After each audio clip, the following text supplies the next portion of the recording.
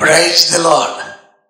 దేవుని పరిశుద్ధ నామమునకు మహిమ కలుగును గాక.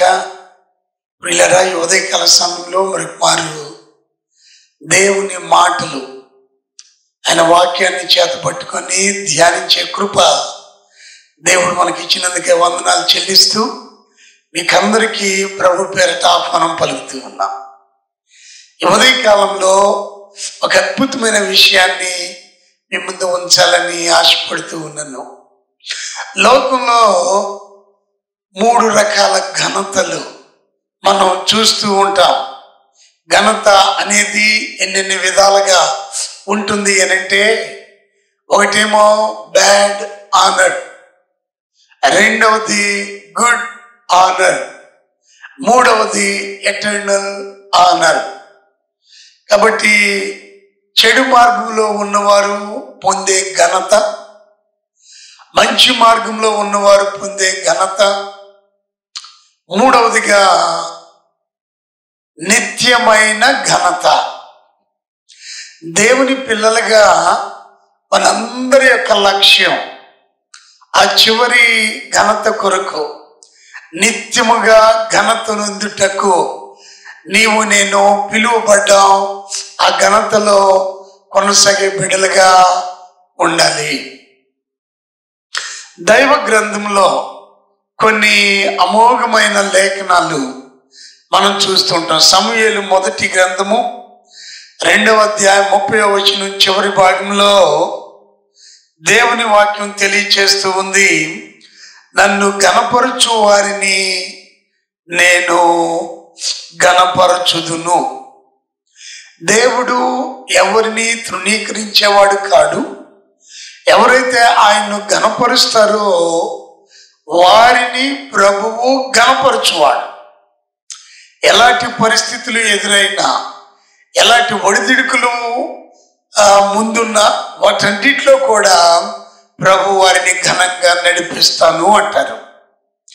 అలాగే యోహాను శుభవార్త 12వ అధ్యాయము 26వ వచనంలో గంభీరమైన మాట ప్రభువైన యేసు క్రీస్తు వారు తెలియచేస్తూ ఉన్నారు. ఒకడు నన్ను సేవించిన ఎడల నన్ను వెంబడింపవలెను, అప్పుడు నేను ఎక్కడ ఉందునో అక్కడ నా సేవకుడును ఉండును. ఒకడు నన్ను సేవించిన ఎడల నా తండ్రి అతన్ని ఘనపరచును. ఆమేన్. తండ్రి చేత ఘనపరచబడే జీవితాలు ఎంత ధన్యత, దీవెన. ఏమిటండి ఆ ఘనత అనంటే, తప్పకుండా ఒక మంచి పేరును ప్రభువిస్తారు. మంచి పేరు కీర్తి ప్రతిష్ఠితుల కంటే ఎంతో గొప్పది. మంచి పేరు సుగంధ పరిమళాల కంటే ఎంతో గొప్పది. కాబట్టి ఎవరైతే ప్రభుని సేవించువారుగా ఉంటారో వారిని తండ్రి ఘనపరుస్తాడు అనే విషయాన్ని లేఖనాల్లో మనము చూస్తూ ఉన్నాం. ప్రియా దేవుని బిడ్డలారా, దేవుని మనము సేవించటం అంటే ఎలా సేవించాలి, ఏ రీతిగా సేవిస్తే దేవుని చేత ఘనపరచబడతాం, దేవుని సేవలో మనము ఘనులుగా ఏ రీతిగా ఉంటాం, అట్టి ఘనతలో కొనసాగుట ద్వారా ఏం జరుగుతుంది, ఏం పొందుకుంటాం అనేది ఒకసారి చూస్తే యెషయా ప్రవచన గ్రంథం 68వ అధ్యాయం 13-14 వచనాలలో దేవుని వాక్యం తెలియచేస్తూ ఉంది, నా విశ్రాంతి దినమున వ్యాపారం చేయకుండా నాకు ప్రతిష్ఠితమైన దినముని నీవు ఊరకుండిన ఎడల విశ్రాంతి దినము మనోహరమైనదేనియు యెహోవాకు ప్రతిష్ఠిత దినమనియు ఘనమైనదనియు అనుకొని దాని ఘనముగా ఆచరించిన ఎడల, నీకు ఇష్టమైన పనులు చేయకయు, వ్యాపారము చేయకయు, లోకవార్తలు చెప్పుకొనకయు ఉండిన ఎడల దేవుడు ఎలా కనపరుస్తాడు? 14వ వచనం, నీవు యెహోవా యందు ఆనందించదవు, దేశం యొక్క ఉన్నత స్థలముల మీద నేను నిన్నెక్కించేదను, నీ తండ్రి అయిన యాకోబు స్వాస్థ్యమును నీ అనుభవంలో ఉంచెదను. ఇదే యెహోవా సెలవిచ్చిన వాక్కు. ఆమేన్. ఎంత గంభీరమైన విషయం! దేవుడిచ్చే ఘనత ఎంత గొప్పగా ఉంటుంది. ప్రియా దేవుని బిడ్డలారా, ఏ రకంగా నేను దేవుని ఘనపరచవచ్చు? దైవ లేఖనాలలో అనేక విషయాలు మనం చూస్తున్నాం. అయితే ఈ ఉదయకాలంలో 5 విధానాలు, 5 ways to honor God. మొదటిది, honor with your time. దేవుడు నీకు ఇచ్చిన సమయము, ఆయుష్, దానితో ప్రభువును ఘనపరచాలి. ఏమిటండి ఈ ఆయుష్ గొప్పతనం? ఎంతకాలం ఉంటుంది? 144వ కీర్తన 4వ వచనంలో దేవుని వాక్యం సెలవిస్తూ ఉంది, నరులు వట్టి ఊపిరిని పోలి ఉన్నారు, వారి దినములు దాటిపోవు నీడవలే ఉన్నవి. అయ్యో, వెరీ షార్ట్ టైం. ఈ షార్ట్ టైంలోనే నీవు నేను దేవుని ఘనపరచవలసిన వారమై ఉంటున్నాం. దేవుడు మనకిచ్చిన సమయాన్ని మనం ఎలా వాడుకోవాలి? కొలస్సీలకు రాసిన పత్రిక 4వ అధ్యాయము 5వ వచనంలో అపోస్తలుడు పౌలు గారు అంటున్నారు, సమయము పోనీయక సద్వినియోగము చేసుకొనుచు. అబ్బా,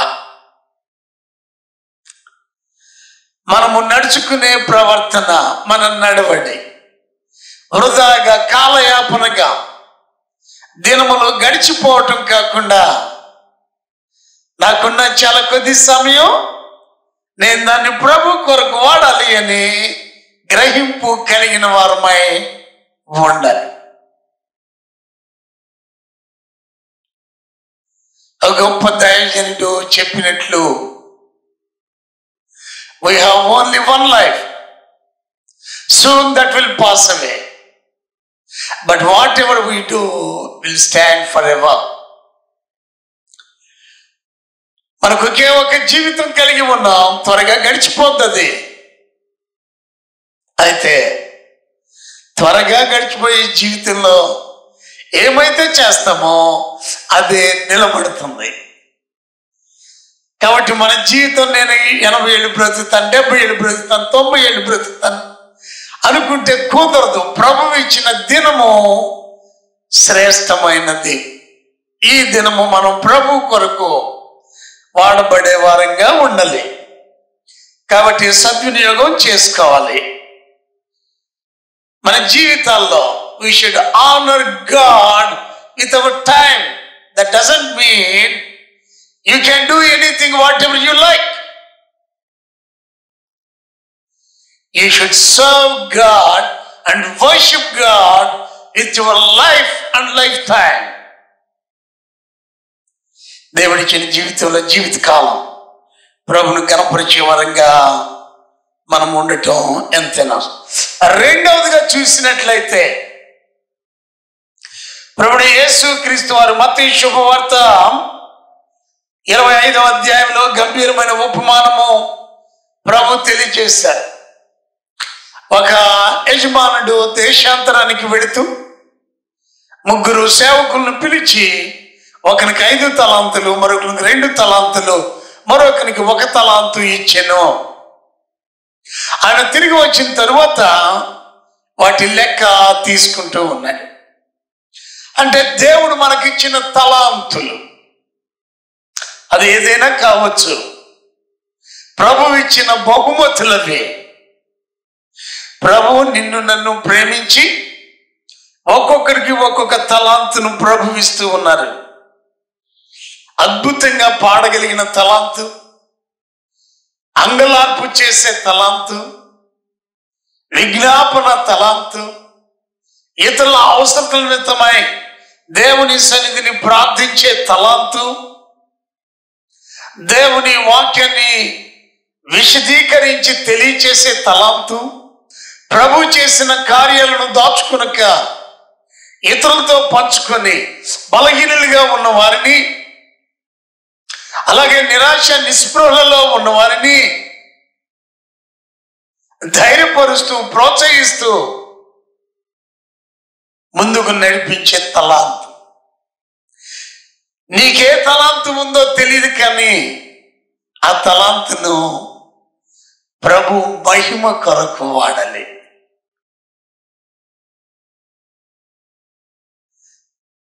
లోకంలో ఎవరికీ లేని ప్రత్యేకమైన తలాంతు ఒకవేళ ఉందేమో, దానిని ప్రభు కొరకు వాడాలి. ఆ రీతిగా వాడటం ద్వారా దేవుని వాక్యం అంటుంది, నీవు యెహోవా యందు ఆనందించెదవు, దేశం యొక్క ఉన్నత స్థలముల మీద నేను నిన్ను ఎక్కించెదను, నిన్ను ఘనపరుస్తాను. దైవ గ్రంథంలో అనేక మంది భక్తులు ఘనపరచబడిన వారిని మనం చూస్తాం. వారు ఎందుకు ఘనపరచబడ్డారు అని అంటే, దేవుని ఘనపరిచిన వారుగా వారి జీవితాల్లో ఉన్నారు.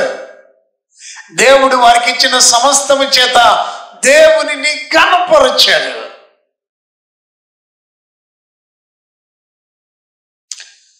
మన జీవితాలతో, దేవుడు మనకిచ్చిన సమయంతో ఆయన్ని ఘనపరచాలి. ప్రభు మనకిచ్చిన తలాంతులతో ప్రభువును ఘనపరచాలి. ఆ తర్వాత మూడవదిగా చూస్తే, ఆనర్ విత్ యువర్ టెంపర్. నీ దేహముతో దేవుని ఘనపరచు. అబ్బా, చాలా ఇంపార్టెంట్ ప్రిన్సిపల్. ప్రభువుని ఘనపరచటం నా మాటలతోనో, నా పాటలతోనో, లేక నాకున్న తలాంతులతోనో నేను ఘనపరచటం కాదు, కానీ అంతకు మించి ఎలా ఘనపరచాలి అని అంటే, అపోస్తలుడు పౌలు భక్తుడు కొరింథీయులకు రాసిన మొదటి పత్రిక 6వ అధ్యాయము 18, 19, 20 వచనాలలో ఈ రీతిగా తెలియజేయ, జారత్వమునకు దూరముగా పారిపోవుడి, మనుషుడు చేయు ప్రతి పాపమును దేహమునకు వెలుపులో ఉన్నది, కానీ జారత్వం చేయబడి తన సొంత శరీరమునకు హానికరముగా పాపం చేయుచున్నాడు. మీ దేహము దేవుని వలన మీకు అనుగ్రహింపబడి మీలోనున్న పరిశుద్ధాత్మకు ఆలయమై ఉన్నదని మీరు ఎరుగరా? మీరు మీ సొత్తు కాదు, విలువ పెట్టి కొనబడిన వారు కనుక మీ దేహముతో దేవుని ఘనపరచుడి. Amen. Honour God with your body. దేవుడు అత్యంత ఇష్టపూర్వకంగా కోరుకునేది. అందుకే కీర్తనాకారుడు ఒక మాట అంటాడు, దేవా నీ చిత్తమును నెరవేర్చుటకు నాకు ఒక దేహమును అనుగ్రహించి ఉన్నావు. ఈ దేహం ఎందుకు ఇవ్వబడింది అని అంటే, దేవుని చిత్తమును నెరవేర్చటానికి.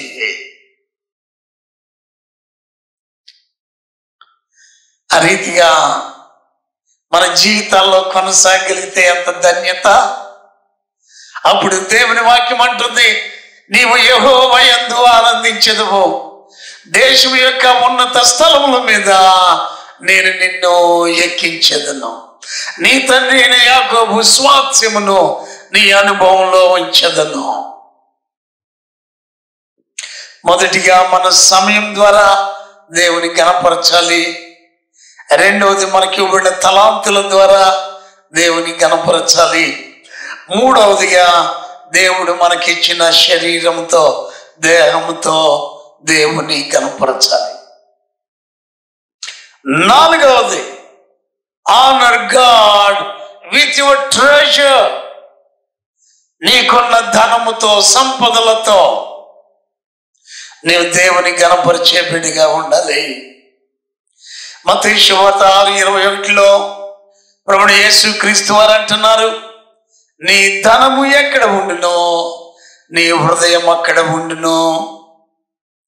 నీ ధనము దేవుడిలో ఉన్నట్లయితే, దేవుడే నీ సంపద ఉంటే, నీ హృదయము దేవునిని అంటి పెట్టుకుని ఉంటుంది. లోకంలో ఇంకా అటు ఇటు దేని మీద దృష్టి నిలపం, ప్రభు మీద దృష్టి పెట్టిన వారమై ఉంటాం. సామెతల గ్రంథం 3:9 నీ రాబడి అంతటిలో ప్రథమ ఫలము ఆయనకు ఇచ్చి ఆయనను ఘనపరచండి. ఎందుకు అలా ఘనపరచాలండి? నీ జీవితంలో నీవు ఆనందించే బిడ్డగా దేశం యొక్క ఉన్నత స్థలముల మీద నీవు ఏకే బిడ్డగా ఉండాలి అనుకుంటే, నీ పేరు, నీ గుర్తింపు, నీ గౌరవం గొప్పదిగా ఉన్నతమైనదిగా ఉండాలి అనంటే నీ రాబడి అంతటిలో ప్రథమ ఫలం ఇచ్చి ప్రభుని ఘనపరచు. అలాగే మలాకి గ్రంథం 3:10 మనకందరికి తెలుసు, నా మందిరంలో ఆహారం ఉండునట్లు మీ దశమ భాగములను ప్రథమ ఫలములను నా మందిరంలోనికి తీసుకొని రండి. ప్రభుని ఘనపరచుట, ఆ రీతిగా ఘనపరచుట ద్వారా ప్రభు అంటున్నారు, నీవు కేవలం ఈ లోక సంబంధంగా ఒక మంచి ఘనత గుర్తింపు పొందుకోవటం కాదు, కానీ నిత్యత్వంలో ఎటర్నల్ హానర్ ప్రభు ఇచ్చేటువంటి ఘనత పొందుకునే బిడ్డలుగా ఉంటాం. అండ్ ఫైనల్లీ చివరిగా 5వది, honour God with your ticket. నీవు హృదయంతో ప్రభుని ఘనపరచాలి. దేవునికి ఇచ్చిన సమయాన్ని ప్రభు కొరకు వెచ్చించాలి. దేవునికి ఇచ్చిన తలాంతులను ప్రభు కొరకు వెచ్చించాలి. దేవునికి ఇచ్చిన దేహమును దేవుని మహిమ కొరకు వెచ్చించాలి. దేవునికి ఇచ్చిన సంపదలను ఆయన ఘనత కొరకు వాడాలి. చివరిగా నీ హృదయం దేవుడు ఘనపరుచున్నట్లుగా ఉండాలి. నీ హృదయంలో దేవునికి ప్రథమ స్థానం ఉండాలి. May God number 1 in your heart. నీ హృదయంలో దేవుడు ప్రథమ స్థానంలో ఉండాలి.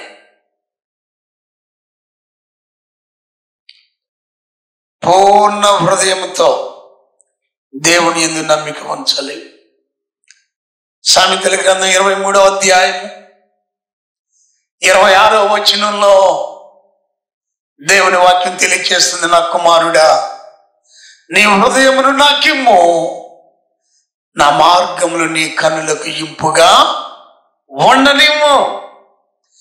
ఎవరైతే తమ హృదయాన్ని దేవునికి ఇస్తారో వారు దేవుని మార్గంలో నడిచినప్పుడు దేవుని మార్గాలు వారికి ఇష్టమైనవిగా, విలువైనవిగా, ఘనమైనవిగా ఉంటాయి. దావీదు భక్తుడు అంటాడు 51వ కీర్తన 10వ వచనంలో, దేవా నా యందు శుద్ధ హృదయము కలిగి చేయము. అతి శుద్ధ హృదయంతో ప్రభుని ఘనపరుస్తుంది. ప్రియ దేవుని బిడ్డలారా, నీ పరిస్థితులు ఎలాగైనా ఉన్నాయి గాక, నువ్వు ఎదుర్కొనే ఇబ్బందులు, నీకు ముందున్న సవాళ్ళు ఏమై ఉన్నప్పటికీ ప్రభు అంటున్నారు, నీవు యెహోవా యందు ఆనందించదవు. దేశం యొక్క ఉన్నత స్థలముల మీద నేను నిన్ను ఎక్కించదను. నీ తండ్రి అయిన యాకోబు స్వాస్థ్యమును నీ అనుభవంలో ఉంచదను. ఇదే యెహోవా వాక్. అతి ఘనమైన కార్యం మన జీవితంలో పొందుకునే వాళ్ళంగా ప్రభుని గణపరచుదామా? మన అనుదిన జీవితాలలో, మనం చేసే పనులలో, మన ప్రయత్నాల్లో ప్రభుని గణపరచు బిడ్డలుగా మనం ప్రభువుకు సమర్పించుకుందాం, ప్రార్థించుదాం. God bless you. ప్రేమ కలిగిన తండ్రి, దయగలిగిన మా యేసయ్యా నీకు వందనాలు. కృప కలిగిన రాజా, ఈ ఉదయకాలంలో మీ పాదాల చెంతకు వస్తున్నాం. నీ నామాన్ని గణపరుస్తున్నాం, స్తుతించి ఆరాధిస్తూ ఉన్నాం. నీ గొప్పతనాన్ని అయా, నీ కృపా కనికరాలను మేము జ్ఞాపకం చేసుకుంటున్నాం. మీ లేఖనంలో చెప్పినట్టు ఎవరైతే నిన్ను గణపరుస్తారో, నీ ఘనత కలిగేటట్లు జీవిస్తారో అయా, వారిని నువ్వు గణపరుస్తాను అన్నా. ఎవరైతే నిన్ను నమ్మకంగా సేవిస్తారో వారిని నా తండ్రి గణపరుస్తాడు అని చెప్పావు. స్తోత్రాలు, వందనాలు నాయనా. అయా, వారు ఆనందింప చేయలాగినా ఉంటానన్నావు. అయా, వారిని గొప్పగా ఉన్నత స్థలం మీద నిలిపి పెడతానన్నావు. వారి పేరుని హెచ్చిస్తానంటున్నావు. వారి పితరుల స్వాస్థ్యమును అనుభవించు వారిగా చేస్తానంటున్నావు. స్తోత్రములు, స్తోత్రములు, స్తోత్రములు. ఎంత గొప్ప దేవుడో. మీరు మాకిచ్చిన మా సమయం ద్వారా, మాలో మీరు దాచి ఉంచిన తలాంతుల ద్వారా నీ సన్నిధిలో మేము నీకు విధేయులమై జీవిస్తూ, మీరు మాకిచ్చిన శరీరముతో నిన్ను గణపరుస్తూ, మా సంపదలు మీ కొరకు వెచ్చిస్తూ, మా హృదయాన్ని సంపూర్ణంగా మీకు సమర్పిస్తూ నిన్ను ఘనపరిస్తే ఆనందింపచేయి దేవునిగా, ఉన్నత స్థలముల మీద నిలువబెట్టు దేవునిగా, పితరుల స్వాస్థ్యమును అనుభవించేటే స్థితిలో మమ్మల్ని నిలువ పెడతానంటున్నావు. స్తోత్రాలు. అతి ఘనమైన కార్యాలు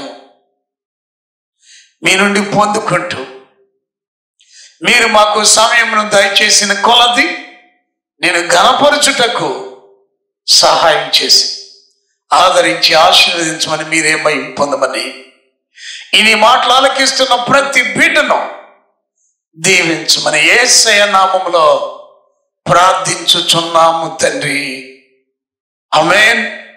తండ్రి, కుమార, పరిశుద్ధాత్మ త్రియేక దేవుని కృపా కావుదల ఆదరణ ఆశీర్వాదం అన్పాసన చేరిన మనకు ప్రభువును ఘనపరచు జీవితాలు కలిగి ఉన్న ప్రతి ఒక్కరికి ఇప్పుడు ఎల్లప్పుడూ సదాకాలం తోడై ఉండి నడిపించును గాక. ఆమేన్.